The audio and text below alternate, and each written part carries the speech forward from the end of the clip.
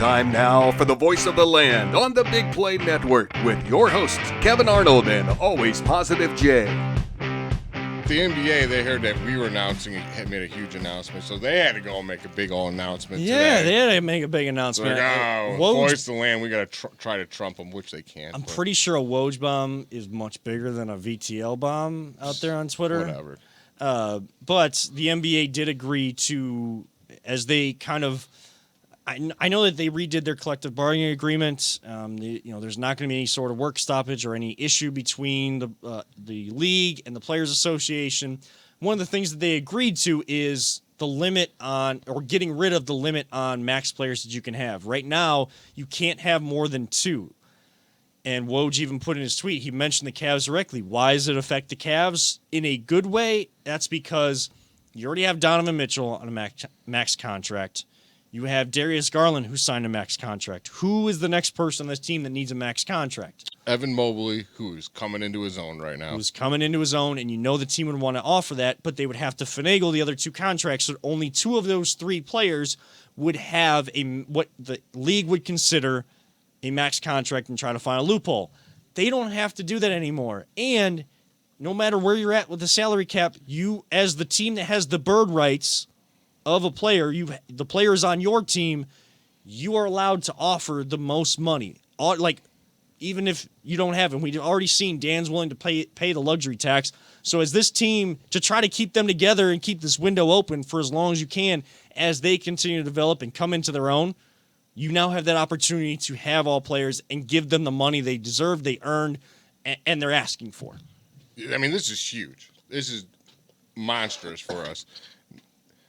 And now you pretty much just enabled Dan Gilbert to spend more money in this next season. Like, you don't think we're going to get some big free agents after we re-up Evan Mobley because we're allowed to go over the salary cap, and he'll probably still spend into the luxury cap because he's Dan Gilbert and he just don't care. I was pretty excited about this news. I mean, yeah, we need to just re-up Evan Mobley. You probably you still have Jared Allen on a pretty long deal. You're going to have to re-up Isaac Okoro, who he's not going to get a max deal, but we'll probably still keep him around because of this now because you got more money. Yeah, and these guys are going to get that playoff series experience. The expectation is for them to win a playoff series, at least one, and they're going to get that experience. They're going to see what it's like to prepare for only one team and that team preparing only for you and for you to go into that hostile environment. It's one thing to go into Charlotte or to Orlando, even Miami to a certain extent in a regular season game, and you get those. You stay there for a couple of days. You have to play one game, a night off, and another game. You understand what that travel is like for a playoff series when you got to go play those 2 games, that part of it on the road. But in terms of the atmosphere, the environment, they are going to get a true taste of that. And if it is the Knicks, as much as the Knicks have sucked and the mecca of basketball, Madison Square Garden, is really only the mecca of basketball to opponents because they go in there and they have big games while the Knicks suck. The Knicks are kind of on the up and coming in the Eastern Conference, just like the Cavs are right now. And the Knicks fans, New York fans, you've seen how crazy they are. MSG is going to be a hostile environment for this young Cavs team, this inexperienced playoff team. They are going to get thrown right to the fire. One thing I love, Kevin, what you point out, is the one person Donovan Mitchell has tons of playoff experience, and he thrives in that kind of environment, man.